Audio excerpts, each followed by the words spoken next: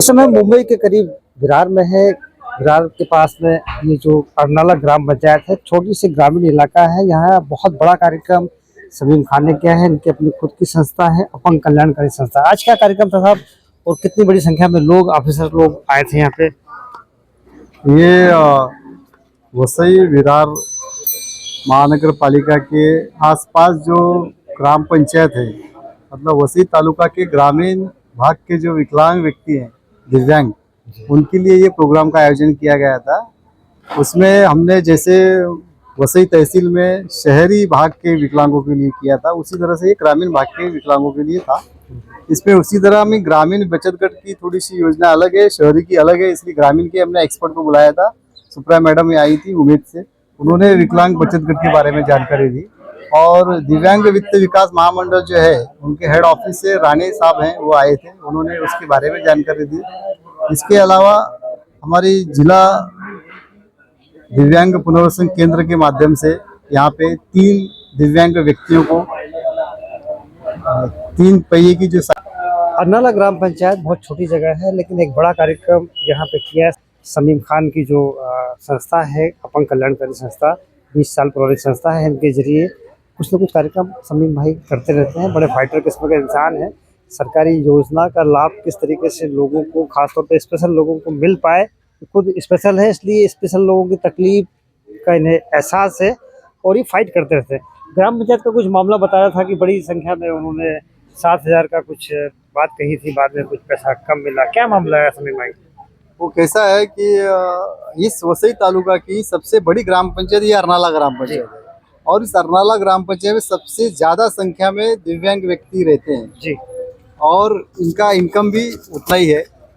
इसमें हमारी संस्था का प्रशासकीय कार्यालय का उद्घाटन कुछ 5-6 महीने पहले अर्नाला सुभाष लाइन में हुआ। उस वक्त हमने सरपंच महोदय को बुलाया था, तो उन्होंने उस कार्यक्रम के दौरान कहा कि हम इस बार विकलांग व्यक्तियों को 7,000 रुपया देंगे। और इसके बाद जो है अभी तक उन्होंने 3,000 रुपया दिया है, और बाकी के 4,000 के लिए हमारी संस्था उनसे फॉलोअप कर रही है कि वो दिव्यांग पूछ रहे हैं कि इन्होंने बोला अभी तक ये दे क्यों नहीं रहे। तो अभी ये कुछ न कुछ कारण बता के उसको टालने की कोशिश कर रहे हैं। इसके अलावा इस प्रोग्राम के लिए जो अभी यहाँ प्रोग्राम हुआ, उसके लिए हमने ये 7 और 3 का जो मसला है, कब तक सुलझने की संभावना है साहब? मुश्किल लग रहा है। अगर उन्होंने इसके हमारा जो अभी ये प्रोग्राम होने जा रहा था, जो आज हुआ है, उसका उनको पता चला तो उन्होंने तुरंत मीटिंग लगाई है। क्योंकि इससे पहले हमने 1 महीना पहले उनको लेटर दिया हुआ है कि इस बारे में मीटिंग लगाई है, तो उन पे ध्यान नहीं दे रहे थे। जब उन्होंने देखा ये प्रोग्राम ले रहे हैं, तो उन्होंने लेटर आज और कल 2 दिन में बांटे हैं और विकलांगों की सभा लगाई है। मंगलवार को सभा है, तो उसमें हम उनको सवाल पूछेंगे। और जो उनसे हमारी बात हुई, तो उनका कहना है कि ये पॉसिबल नहीं है। क्यों पॉसिबल नहीं है? अगर पॉसिबल नहीं है तो आप ऐसा क्यों कहा, ये हमारा सवाल है। दूसरी बात, संस्था के इस प्रोग्राम के लिए हम उनके पास गए थे, तो उन्होंने एक चेक दिया संस्था के नाम से, तो वो चेक हमने डाला अकाउंट में पैसे आ गए। उसके बाद इस सरपंच महोदय ने जिस बैंक में लेटर देके वो चेक रिटर्न ले लिया, वो पैसा ग्राम पंचायत में वापस मंगा लिया। हमने पूछा कि हमने आपको जबरदस्ती की थी क्या? हमने आपकी गर्दन पे तलवार रख के कहा था कि साइन करो? क्या कारण था? जबरदस्ती तो की नहीं थी, आपने अपनी मर्जी से दिया था। फिर आपने वो पैसा रिटर्न क्यों लिया? तो उसके पास उनका कोई जवाब नहीं था। उन्होंने कहा आपको लगता है कि सरपंच साहब की नीयत में कुछ फेर है? नहीं, कुछ देखो कैसा रहता है, हर समाज में हर उसमें कुछ लोग रहते हैं। हमारे दिव्यांग भी 1-2 ऐसे हैं जो दारू पीते हैं, दारू पी के हंगामा करते हैं, रहते हैं हर जगह पे। ऐसे हमारे अर्नाले में भी हैं।